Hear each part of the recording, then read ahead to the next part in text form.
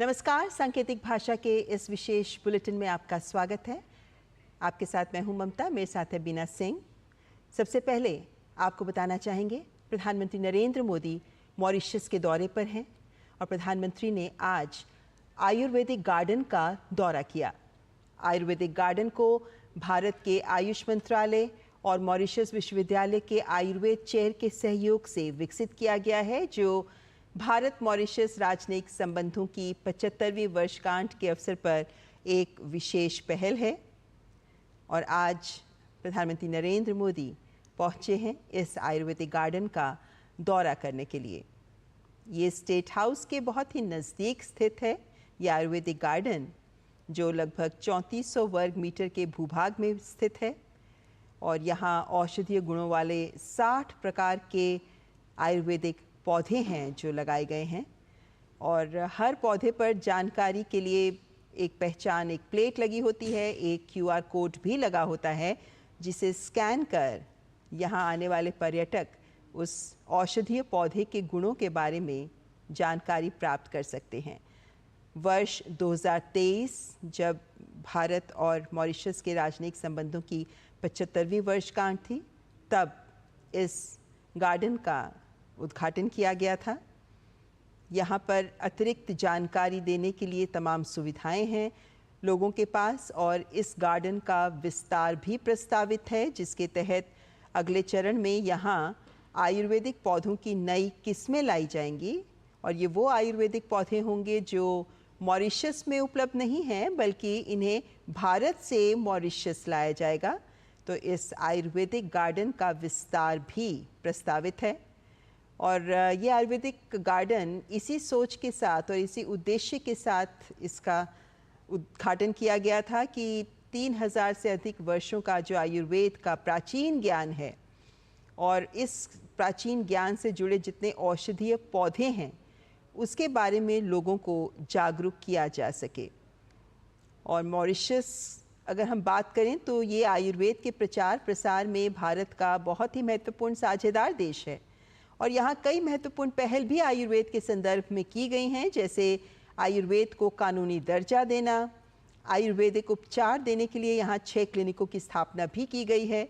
तो मॉरिशस भारत के इस प्राचीन आयुर्वेद के ज्ञान को स्वीकारता भी है और उसका प्रचार प्रसार करने में भी अहम भूमिका निभा रहा है। और इसी दिशा में आगे बढ़ते हुए मॉरिशस में आयुर्वेद पर अनुसंधान, शिक्षण और मेडिकल टूरिज्म के उद्देश्य से भी आयुर्वेद को आगे लाने के लिए एक आयुर्वेद उत्कृष्टता केंद्र यानी एक्सीलेंस सेंटर ऑफ आयुर्वेद, इसकी भी स्थापना निकट भविष्य में की जानी प्रस्तावित है। तो आयुर्वेद को लेकर मॉरिशस बेहद गंभीरता से काम भी कर रहा है और भारत के साथ एक प्रमुख साझेदार देश के रूप में मॉरिशस जुड़ा हुआ है। प्रधानमंत्री नरेंद्र मोदी भी पहुंचे हैं इस आयुर्वेदिक गार्डन का जायज़ा लेने के लिए। इसके निर्माण में, इस आयुर्वेदिक गार्डन के निर्माण में भारतीय उच्चायोग ने भी साथ दिया, साथ ही इंदिरा गांधी भारतीय संस्कृति केंद्र, भारत का आयुष मंत्रालय और मॉरिशस में मॉरिशस विश्वविद्यालय का आयुर्वेद चेयर और साथ ही विभिन्न मंत्रालय और विभिन्न सरकारी एजेंसियां सभी ने मिलकर काम किया। और इसी के परिणाम स्वरूप 2023 में ये आयुर्वेदिक गार्डन हमारे सामने है। इस आयुर्वेदिक गार्डन में एक कियोस्क भी बनाया गया है, जहां से जो यहाँ पर्यटक आएँ उन्हें यहाँ का पूरा एक पैनोरामिक व्यू मिलता है। यानी यहाँ जो साथ ही में घाटी बनी हुई है और पोर्टलेस मोका पहाड़ियों की एक पूरी रेंज है और इस प्राकृतिक खूबसूरती का आनंद उठाते हैं पर्यटक जब वे इस आयुर्वेदिक गार्डन में आते हैं। आयुर्वेद जो हम जानते हैं कि स्वस्थ जीवन का मंत्र प्रदान करता है, ऐसे में आयुर्वेद से जुड़े विभिन्न पहलुओं के प्रति भी पर्यटक आकर्षित होते हैं और इन औषधीय पौधों के माध्यम से आयुर्वेद किस तरह सरल तरीके से बीमारियों के निदान में अपनी भूमिका निभा सकता है, इसी का एहसास दिलाता है ये आयुर्वेदिक गार्डन, जहां आज प्रधानमंत्री नरेंद्र मोदी पहुंचे हैं इसका जायज़ा लेने के लिए, जहां 60 प्रकार के आयुर्वेदिक पौधे लगाए गए हैं, लेकिन अभी इसका विस्तार करते हुए यहाँ 3000 से अगले चरण में इसका और अधिक विस्तार किया जाएगा और यहाँ नई किस्में जो हैं आयुर्वेदिक पौधों की, उन्हें भी यहाँ लगाया जाएगा। तो अपने अनुभव साझा करते हुए मॉरिशस के राष्ट्राध्यक्षों के साथ, राष्ट्रपति तथा प्रधानमंत्री के साथ, और प्रधानमंत्री नरेंद्र मोदी, जिनकी हमेशा से ये पहल रही है कि हमारी जो प्राचीन चिकित्सा पद्धतियां हैं उनका प्रचार प्रसार विश्व भर में हो, ताकि दुनिया भर के लोग इनसे लाभ उठा सकें और स्वस्थ जीवन शैली को अपनाते हुए महंगी दवाइयां नहीं बल्कि आयुर्वेदिक पौधों के ज्ञान के माध्यम से अपना इलाज सुनिश्चित करते हुए स्वस्थ जीवन जी सकें। वेलनेस को लेकर हम जानते हैं कि केंद्र सरकार किस तरीके से काम कर रही है और ये आयुर्वेदिक गार्डन ऐसे ही आयुर्वेदिक मूल्यों को मॉरिशस के लोगों तक पहुंचा रहा है। प्रधानमंत्री नरेंद्र मोदी का यहाँ इस आयुर्वेदिक गार्डन में आना इस गार्डन की महत्ता को रेखांकित करता है।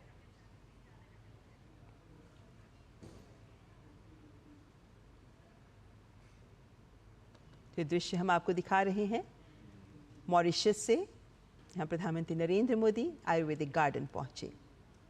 और आइए अब इस वक्त की एक बड़ी ब्रेकिंग न्यूज़ आपके सामने रखना चाहेंगे। ये खबर आ रही है पाकिस्तान से, जहां एक यात्री ट्रेन पर हमला हुआ है। पाकिस्तान से खबर आ रही है कि वहां एक यात्री ट्रेन पर हमला हुआ है। एक अलगाववादी समूह ने इस हमले की जिम्मेदारी ली है और जो हमला हुआ वो बहुत ही गंभीर हमला था, क्योंकि अलगाववादियों ने ट्रेन पर अंधाधुंध गोलीबारी कर दी। ये ट्रेन, जिसमें लगभग 400 यात्री सवार थे, जिस पर अलगाववादियों ने अंधाधुंध गोलीबारी शुरू कर दी। सुरक्षा बलों के साथ साथ मासूम यात्रियों को भी बंधक बना लिया गया है। तो इस वक्त की खबर जो पाकिस्तान से आ रही है, जहां एक यात्री ट्रेन पर हमला हुआ है। इस यात्री ट्रेन में यात्रियों को भी बंधक बनाया गया है, साथ ही सुरक्षा बलों को भी बंदी बना लिया गया है। अलगाववादी समूह ने हमले की जिम्मेदारी ली है।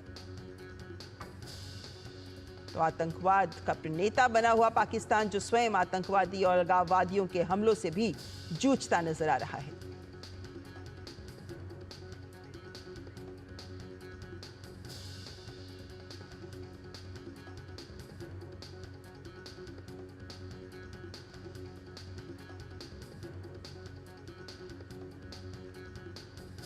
पाकिस्तान से ये खबर आ रही है, पाकिस्तान में एक यात्री ट्रेन पर हमला हुआ है।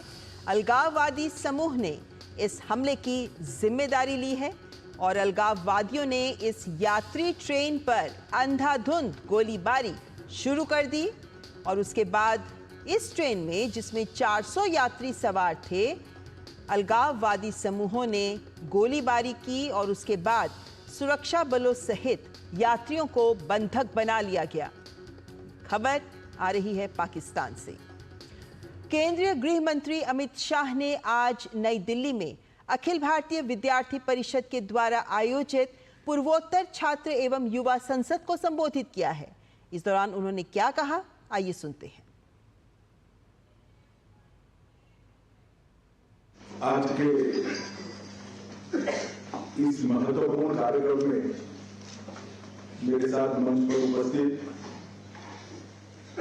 अखिल भारतीय विद्यार्थी परिषद के महासचिव श्री वीरेंद्र सोलंकी जी, श्री सुनील बसुमतारी जी, ट्रस्टी सील,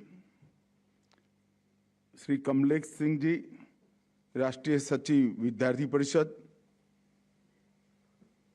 बहन विक्की यादेर जी, प्रदेश मंत्री विद्यार्थी परिषद की अरुणाचल से, और आज इस युवा संसद में पूरे नॉर्थ ईस्ट क्षेत्र से 90 से ज्यादा संगठन से आए हुए प्यारे भाइयों और बहनों, आप सभी का भारत की राजधानी दिल्ली में हृदय पूर्वक स्वागत है।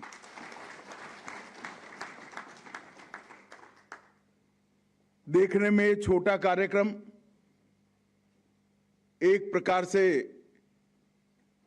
भारत को मजबूत करने के लिए बहुत महत्वपूर्ण कार्यक्रम है। आपको लगेगा कि 200 युवा एकत्रित आए हैं, भारत कैसे मजबूत हो सकता है। मगर इसके लिए आपको एक बैकग्राउंड में थोड़ा पीछे मैं ले जाना चाहता हूं। हमारा उत्तर पूर्व, हमारा नॉर्थ ईस्ट, उत्तर प्रदेश से बड़ा भारत का ये भूभाग विपुल प्राकृतिक संपदाओं से भरा हुआ ये भूभाग आजादी के पहले भारत की जीडीपी में 20% से ज्यादा कंट्रीब्यूट करता था, और आज ये कंट्रीब्यूशन घटते घटते घटते घटते 7% तक नीचे आया है। पूरे दुनिया को टूरिज्म की दृष्टि से आकर्षित करने की क्षमता हमारे उत्तर पूर्व के अंदर है। उत्तर पूर्व के अंदर भारत के सबसे ज्यादा आईक्यू वाले युवा उपलब्ध है। उत्तर पूर्व के अंदर सबसे मेहनती जनजातियां भी उपलब्ध है। फिर भी हमारा उत्तर पूर्व क्यों ऐसा हो गया? उत्तर पूर्व को एक अलग दृष्टि से देखें तो भारतीय संस्कृति का एक अमूल्य गहना हमारा नॉर्थ ईस्ट है। नॉर्थ ईस्ट भारत की संस्कृति को अति समृद्ध करने वाली विरासतों से लैस है। यहां 220 से ज्यादा जनजातीय समूह रहते हैं। 160 से ज्यादा जनजातियां निवास करती हैं। 200 से ज्यादा अधिक भाषाएं और बोलियां उपलब्ध हैं। 50 यूनिक प्रकार के त्योहार जो पूरे विश्व में आपको नहीं मिलेंगे, वो हमारे नॉर्थ ईस्ट में मिलते हैं। और पूरी दुनिया जिसको मानती है, एक्नॉलेज करती है, ऐसी 30 से ज्यादा नृत्य शैलियां केवल नॉर्थ ईस्ट के अंदर है। 78 से ज्यादा पूरी दुनिया में यूनिक, पूरे भारत में कहीं नहीं मिलने वाले वाद्य यंत्र भी हमारे नॉर्थ ईस्ट में हैं। और 100 से ज्यादा अलग अलग परिधान भी यहां पर है। शिल्पकला, हस्तकला और भोजन की विविधता, ये सारी चीजें एक ही क्षेत्र में हो, ऐसा दुनिया में कोई क्षेत्र नहीं है। केवल और केवल हमारा उत्तर पूर्व है, नॉर्थ ईस्ट। और इस सारी स्ट्रेंथ के बावजूद, उत्तर प्रदेश से बड़े भूभाग होने के बावजूद, पूरे देश में सबसे ज्यादा प्राकृतिक संपदा होने के बावजूद हमारा उत्तर पूर्व क्यों पिछड़ गया? नॉर्थ ईस्ट क्यों पिछड़ गया? चाहे मेघालय हो, आसाम हो, मिजोरम हो, मणिपुर हो, नागालैंड हो, अरुणाचल हो, ये भाव क्यों उत्पन्न हुआ और क्या हुआ, ये जब तक आप नहीं समझोगे, हम उत्तर पूर्व को भारत के विकास के साथ और उत्तर भारत को उत्तर पूर्व के विकास के साथ नहीं जोड़ सकते। आप सब युवा साथी यहां आए हैं। मैं आपको एक बात कहना चाहता हूं, जो अपने क्षेत्र का, अपने देश का इतिहास नहीं जानता, वो देश का भविष्य संवार नहीं सकता है। तो हमें थोड़ा पीछे मुड़कर देखना पड़ेगा कि क्या हो गया उत्तर पूर्व को, क्यों ये हमारी स्थिति हुई। इतनी सारी विशेषताएं होने के बावजूद हम क्यों पिछड़ गए? क्योंकि एक समय आया, अलग अलग प्रकार के मतिभ्रम कर विवाद खड़े कर आतंकवाद और अलगाववाद को खड़ा किया गया। हिंसा, ड्रग, ब्लॉकेड, बंद और उत्तर पूर्व में भी प्रांतवाद, ये सब ने हमारे उत्तर पूर्व को अनेक टुकड़ों में बांट कर रख दिया। और मानसिक रूप से न केवल देश, उत्तर पूर्व के राज्यों को भी एक दूसरे से अलग करने का काम किया और इसके परिणाम स्वरूप लगभग 40 साल जब पूरा देश विकास के रास्ते पर आगे चल रहा था, हमारा उत्तर पूर्व पिछड़ता गया, पिछड़ता गया, पिछड़ता गया और विकास की दृष्टि से तो बहुत पिछड़ा। उसमें सबसे बड़ा बाधक बना अलगाववाद और आतंकवाद के अनेक ग्रुप सबसे बड़े बाधक बने। मित्रों, आज मैं इतना जरूर कहना चाहता हूं, क्योंकि मैं भारतीय जनता पार्टी का नेता हूं, इसलिए नहीं कहना चाहता, मगर भारतीय जनता पार्टी का शासन देश में जब जब आया, उत्तर पूर्व को हमने प्रायोरिटी दी। अटल जी की सरकार बनी, इस देश में इतने बड़े भूभाग के लिए, पिछड़े हुए भूभाग के लिए कोई अलग मंत्रालय नहीं था।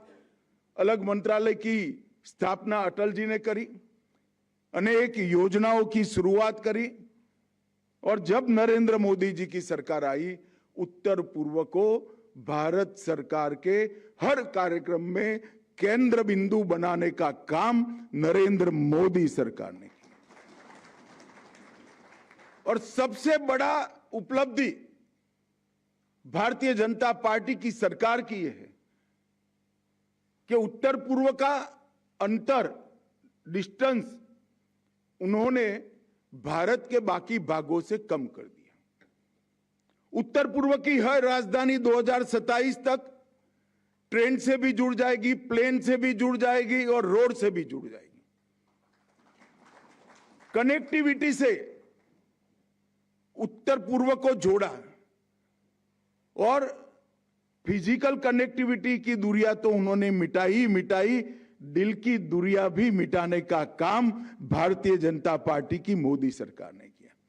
हर योजना में उत्तर पूर्व को केंद्र बिंदु बनाया और एक के बाद एक हर हथियारी ग्रुप से चर्चा की, उनकी समस्याओं को सुना, उनको समझा और उनके साथ समझौते कर मेन स्ट्रीम में लाने का काम किया। और एक 10 साल में ही उत्तर पूर्व आज मणिपुर के नस्लीय हिंसा की घटना को छोड़ दे तो बिल्कुल शांति का अनुभव कर रहा है। मैं आप लोगों को कुछ आंकड़े बताना चाहूंगा। 2004 से 14 टोटल 11,000 वायलेंस की घटनाएं हुई थी और 14 से 24 में 3,428 हुई, मतलब 70% कमी हुई है। सुरक्षा बलों की मृत्यु में भी 70% कमी हुई है और नागरिकों की मृत्यु में 89% की कमी ये 10 साल में दर्ज की है। हमारा उत्तर पूर्व आज शांति का अनुभव करे, चाहे मेघालय हो, अरुणाचल हो, आसाम हो, नागालैंड हो, मिजोरम हो, सभी हथियारी ग्रुपों के साथ हमने समझौते किए और लगभग 10,500 से ज्यादा विद्रोही हथियार डालकर मेन स्ट्रीम में आए हैं और 10 साल में 12 महत्वपूर्ण समझौते करने का काम हमारी सरकार ने किया। 2019 में NLFD-SD का समझौता किया, 2020 में ब्रू रियांग समझौता हुआ, 2020 में ही बोडो समझौता हुआ, 2021 में कार्बी समझौता हुआ, 2022 में ट्राइबल आदिवासी समझौता हुआ, DNLA समझौता 2023 में हुआ, UNLF शांति समझौता 2023 में हुआ, उल्फा शांति समझौता भी 2023 में हुआ, असम मेघालय सीमा समझौता 2022 में हुआ, असम अरुणाचल अंतरराज्यीय सीमा समझौता 2022 में हुआ और त्रिपुरा समझौता 2024 में हुआ। NLFT-AFT के साथ भी समझौता 2024 में हुआ और ये सभी समझौतों के तहत 10,500 से ज्यादा युवा हथियार डालकर मेन स्ट्रीम में आए हैं। आप कल्पना कर सकते हैं, इतने उत्तर पूर्व के 8 राज्यों में 10,000 लोग ऑटोमेटिक वेपन्स लेकर, विदेशी हथियार लेकर घूमते हैं और हर राज्य के विकास को बाधित करते हैं, तो राज्यों का विकास कैसे हो सकता है? हमारी सरकार ने एक भारत श्रेष्ठ भारत के तहत उत्तर पूर्व की भाषाएं, बोलियां, संस्कृति, वेशभूषा, परंपरागत नृत्य, कलाएं, उनको तो सम्मानित भी किया, उनको सुरक्षित भी किया और 10,000 लोगों को सरेंडर कराकर, हथियार डलवाकर, मेन स्ट्रीम में लाकर पूरे उत्तर पूर्व के अंदर हमने एक शांति का वातावरण किया। युवाओं, आपको भी अनुभव आता होगा, शायद आपकी उम्र में ये दिन बहुत देखने नहीं आए होंगे। आपके माताजी पिताजी को, अभिभावकों को पूछेंगे तो आपको मालूम पड़ेगा कि किस प्रकार का माहौल था। कोई भी क्षेत्र में अगर डेवलपमेंट करना है, कोई भी क्षेत्र में शिक्षा आगे बढ़ानी है, कोई भी क्षेत्र में अपॉर्चुनिटीज बढ़ानी है, तो शांति के बगैर नहीं हो सकता। शांति उसकी पूर्व शर्त है। जिस राज्य में शांति नहीं होती वहां विकास नहीं हो सकता। और नरेंद्र मोदी जी की सरकार ने उत्तर पूर्व के अंदर शांति करने का काम किया।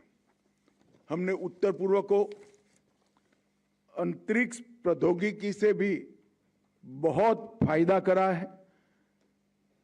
नेसेक के माध्यम से लगभग 110 योजनाएं चलाई। वहां के बाढ़ प्रबंधन के लिए सैटेलाइट से मैपिंग कर कर, टोपोग्राफी का अभ्यास कर कर आने वाले दिनों में नॉर्थ ईस्ट में 300 से ज्यादा झील बनेगी, जो हमेशा के लिए बाढ़ का, फ्लड का मैनेजमेंट कर देगी। पूरे उत्तर पूर्व के विकास के लिए सिंगल विंडो सिस्टम अपनाया और एक बहुत बड़ा बजट नरेंद्र मोदी जी ने उत्तर पूर्व के डेवलपमेंट के लिए देने का काम करा। ये 10 साल में उत्तर पूर्व को अपना मानकर, नॉर्थ ईस्ट को अपना मानकर इसके विकास की चिंता की। प्रधानमंत्री जी ने तय किया है कि हर माह कोई न कोई एक मंत्री उत्तर पूर्व के किसी न किसी राज्य में रात्रि निवास करते होंगे।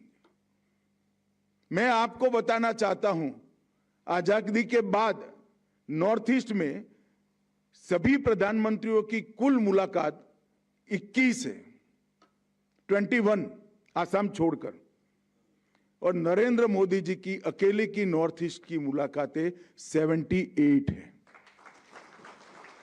ये बताता है कि उत्तर पूर्व को कितना महत्व दिया गया है।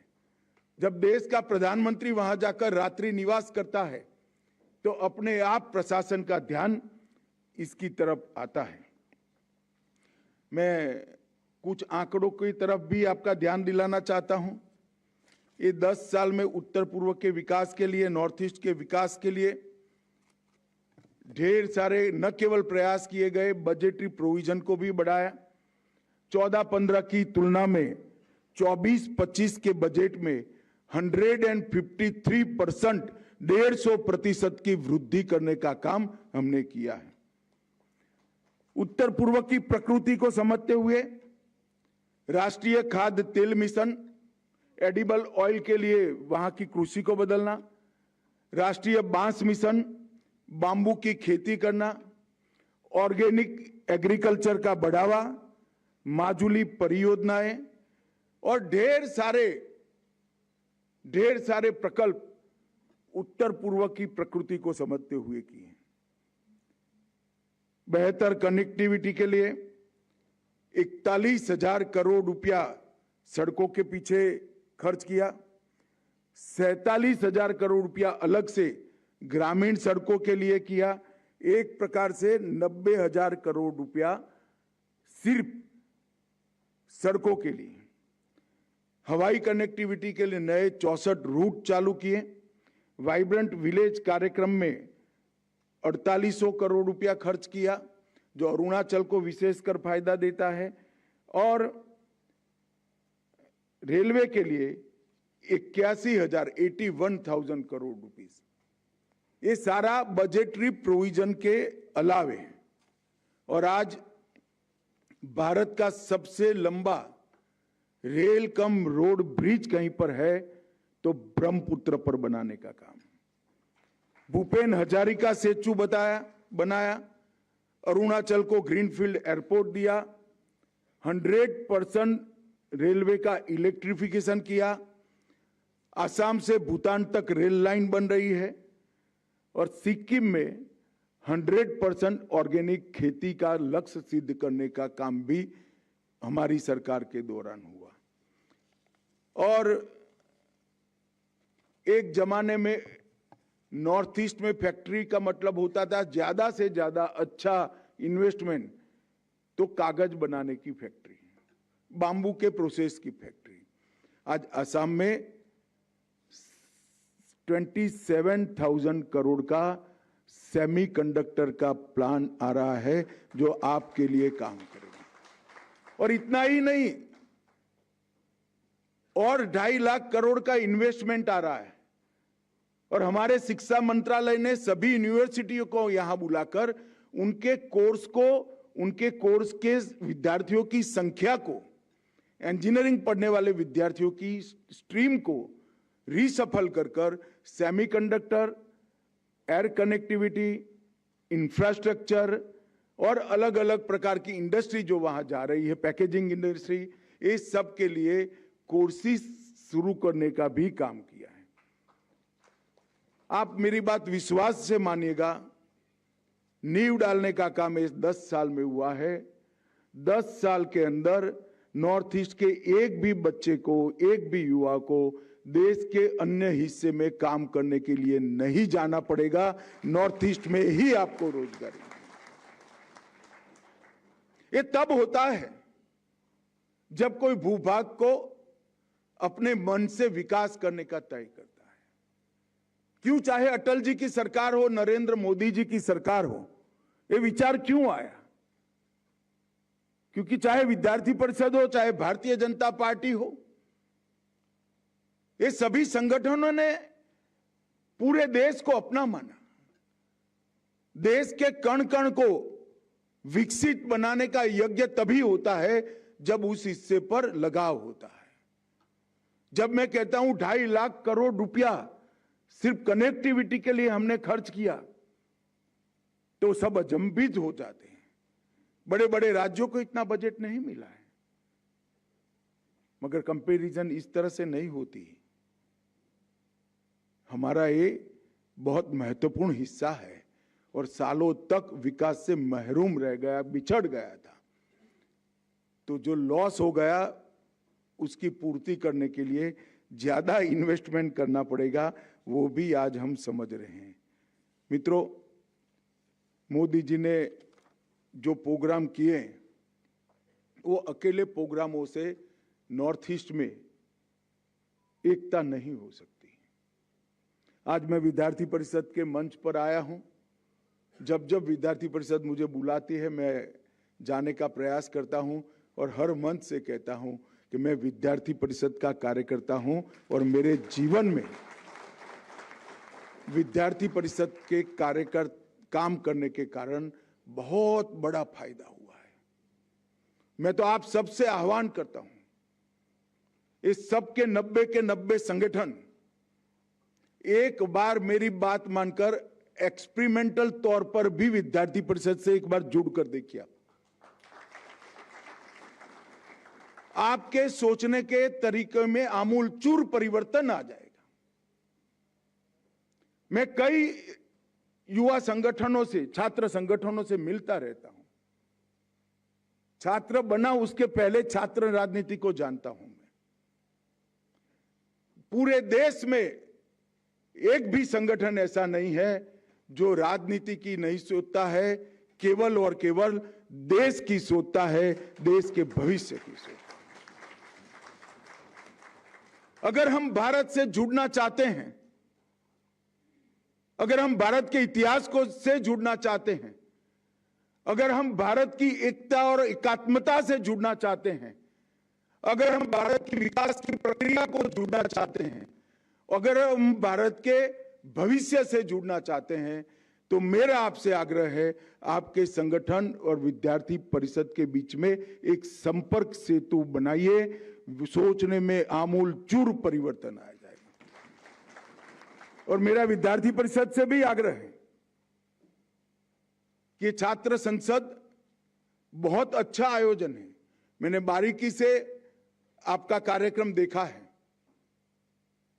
परंतु इसको यहां समाप्त न करते हुए इस 90 से ज्यादा संगठन और विद्यार्थी परिषद के बीच में सेतु बनाने के लिए, एक ब्रिज बनाने के लिए 5 लोग वो संगठन से और 5 लोग विद्यार्थी परिषद के, ऐसी हमेशा की व्यवस्था करनी चाहिए, जिससे सारे युवा संगठन देश की ताकत का एक हिस्सा बन जाए, देश के युवाओं के साथ जोड़ने का काम कर दें। और मैं मानता हूं कि विद्यार्थी परिषद ये देश के युवाओं को सही दिशा दिखाती है। चरित्र निर्माण की बात करने वाला आज कोई छात्र संगठन नहीं है।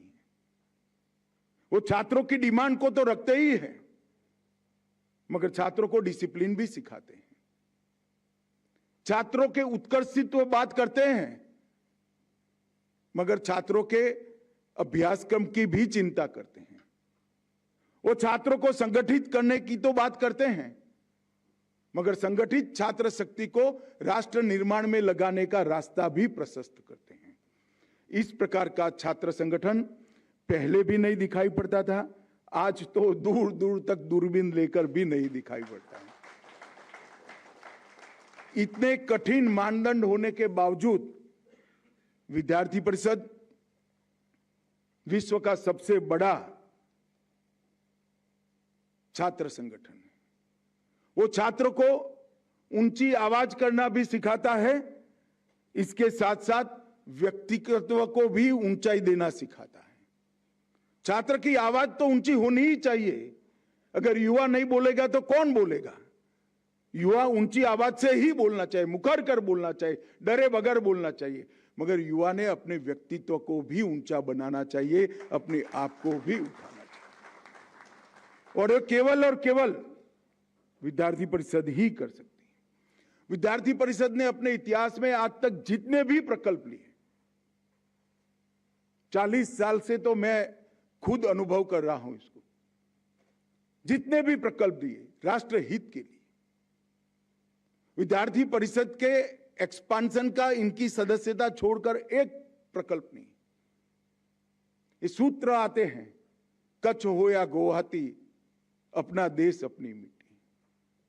गुजरात का एक युवा जाकर असम के लिए वहां संघर्ष करता है, कन्याकुमारी का एक बच्चा जाकर कश्मीर में तिरंगा फहराने की चेष्टा करता है, और कहीं पर 3 बीघा का आंदोलन हो, विद्यार्थी परिषद बंगाल में पहुंच जाती है। कालाहंडी में जाकर दारुण अकाल की स्थिति में लोगों के साथ खड़े रहते हैं। कोई भी राष्ट्रीय आपदा हो, विद्यार्थी परिषद फ्रंटल ऑर्गेनाइजेशन के रूप में वहां काम करती दिखती है। ये सभी चीजें आज के युवाओं का पथ प्रदर्शन करने वाली हैं। मैं फिर से एक बार आप सभी का आह्वान करना चाहता हूं कि आप सब अपने विद्यार्थी परिषद के साथ संपर्क रखें, विद्यार्थी परिषद के साथ संवाद करें और विद्यार्थी परिषद के साथ रहकर आपकी समस्याओं का समाधान बने। मैं आपको भरोसा दिलाता हूं, विद्यार्थी परिषद की साख इतनी बड़ी है कि अगर आपकी समस्या आपके साथ विद्यार्थी परिषद लेकर आई तो वो समस्या चुटकी बजाते ही उकल जाएगी, इसका मुझे भरोसा है। और नॉर्थ ईस्ट के युवाओं को भारत की एकता और एकात्मता के लिए सोचने का विद्यार्थी परिषद के अलावे कोई संगठन आगे नहीं बता सकता, रास्ता नहीं बता सकता। हम मेघालय से हैं तो मेघालय के विकास की जरूर सोचें, मगर मेघालय के विकास से भारत के विकास की भी सोचें। अगर आप मेघालय के विकास की अकेले की सोचोगे तो ना मेघालय का विकास होगा, ना भारत का विकास होगा। अगर आप मेघालय के विकास करते ही भारत का विकास करते हो, वो कंसेप्ट डेवलप कर लोगे, तो भारत का भी विकास होगा, मेघालय का भी होगा और आपकी सोच का भी होगा। और ये संस्कार विद्यार्थी परिषद के अलावे कोई नहीं दे सकता। अभी यहां सिल की बात करी, student experience in interstate living. जब दूर दूर तक काली अंधेरी रात दिखती थी, 64 की युद्ध के बाद नेहरू जी ने बाय बाय असम कह दिया था, उस वक्त रचनात्मक रूप से सोचकर विद्यार्थी परिषद ने कहा आंदोलन तो जरूर करेंगे, मगर हम इंटीग्रिटी का भी काम करेंगे। आज देश में 4000 से ज्यादा ऐसे परिवार हैं जहां नॉर्थ ईस्ट के बच्चे काफी दिन तक रहकर आज भी इनके साथ पत्र व्यवहार करते हैं। मैं भी सिल से जुड़ा हूं, सिल के कार्यक्रम से जुड़ा हूं। आज भी नॉर्थ ईस्ट के बच्चे कोई वैज्ञानिक बनकर जिनके घर में गुजरात में रहे थे उसको मेल लिखते हैं। ऐसा जब फीडबैक आता है तो मन को बड़ा सुकून होता है, शांति होती है। वो शादी करता है, निमंत्रण भेजता है, घर में किसी का मृत्यु होता है, संदेश भेजता है। यहां पर भी वो परिवार में किसी का मृत्यु होता है तो आकर वो मिलता है।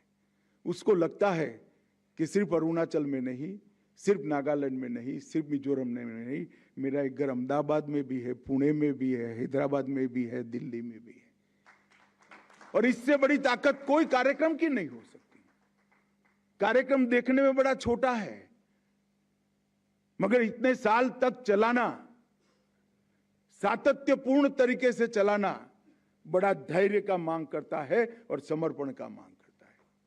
व्यक्तिगत समर्पण बहुत सरल है मित्रों।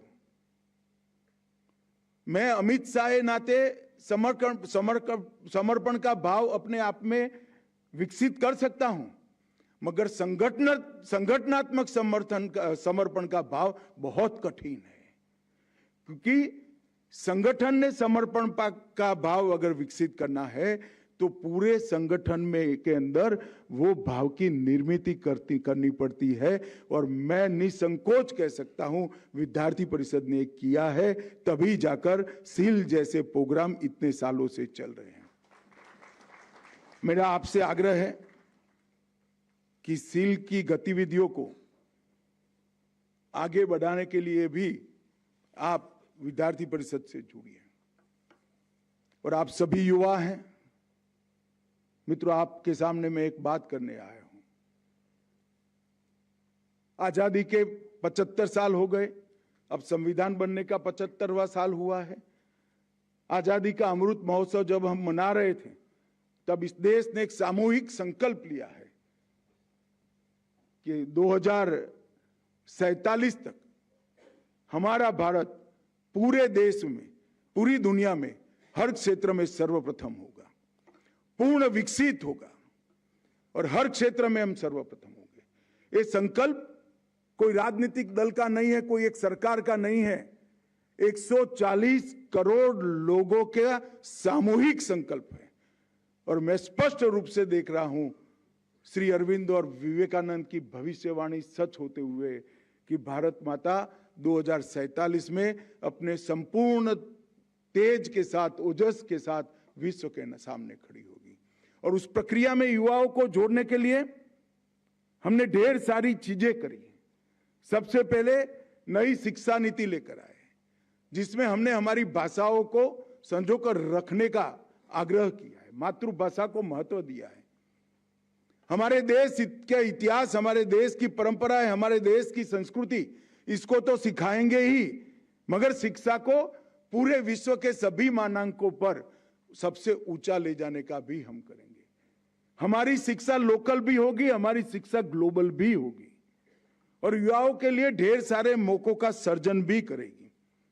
मैं कुछ आंकड़े आपके सामने जरूर कहना चाहता हूं और मैं आशा करता हूं कि आप आपके प्रदेश में जाकर सभी विद्यार्थियों को ये बताइए। 2014 में इस देश में 7 एम्स थे, एम्स के साथ मेडिकल कॉलेज होता है। आज 7 की जगह 23। 14 में 387 मेडिकल कॉलेज थे, आज 766 है।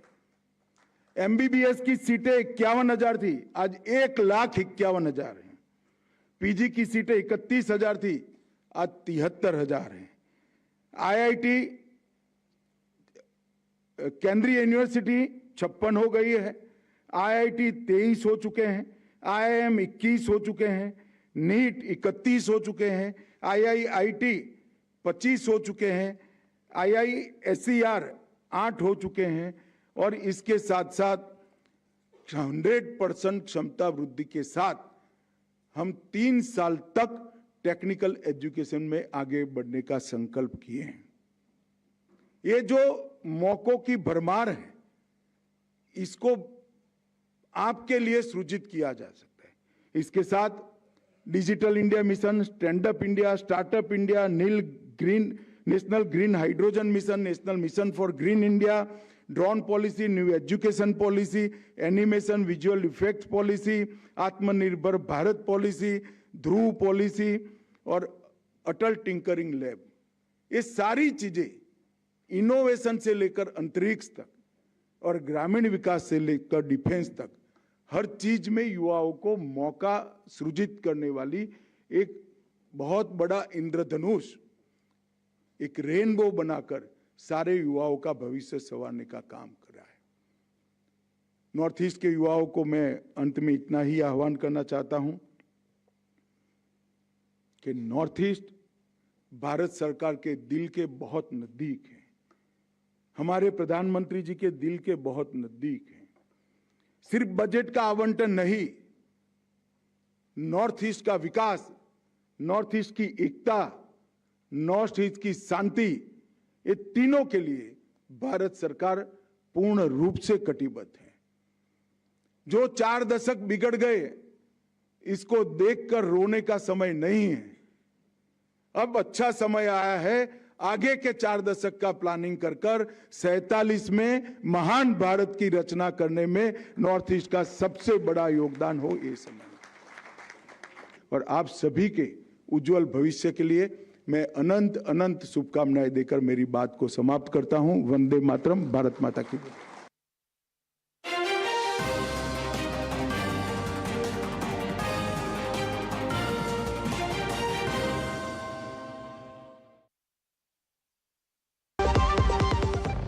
तो अपने सोने को काम पे लगाइए, आज ही कॉल कीजिए 1-800-313-1212 पर।